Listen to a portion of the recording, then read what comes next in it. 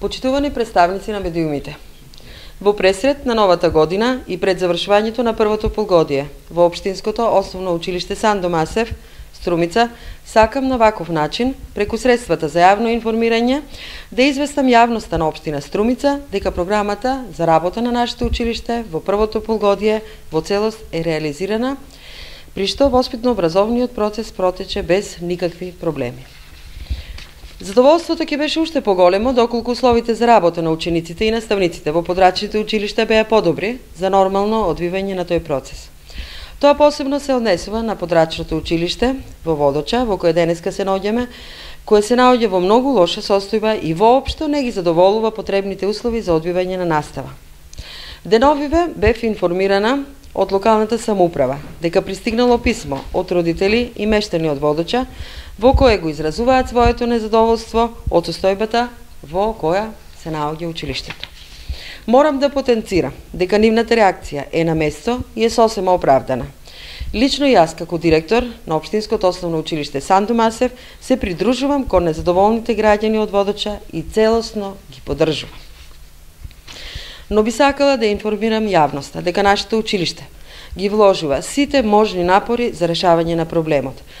Така, уште од 21 јули 2008 година поднесовме барање за капитално инвестирање во подрачните училишта во Водоча, Баница и Добрејци, во кое меѓу другото нагласена е потребата од целосна реконструкција на училишната зграда во село Водоча.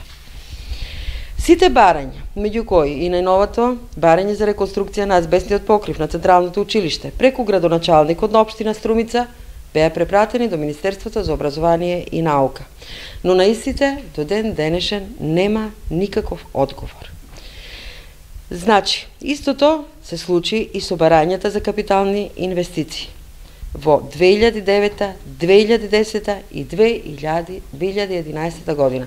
Би сакала на јавности да ги покажам сите предмети досега што се испратени за капитални инвестиции во годините што ги спомнав, а ги има во огромен број.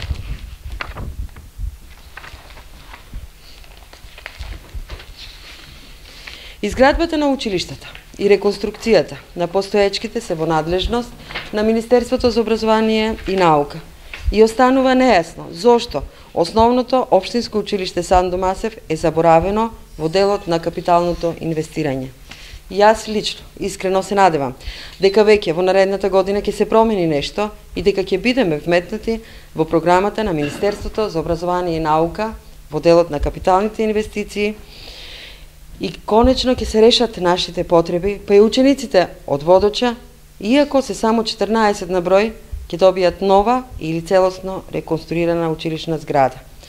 За крај ја користам можноста на сите ученици, на сите вработени, на сите родители и на сите граѓани да им ги честитам престојните празници и да им посакам истите да бидат исполнети со задоволство и успех било каде и да се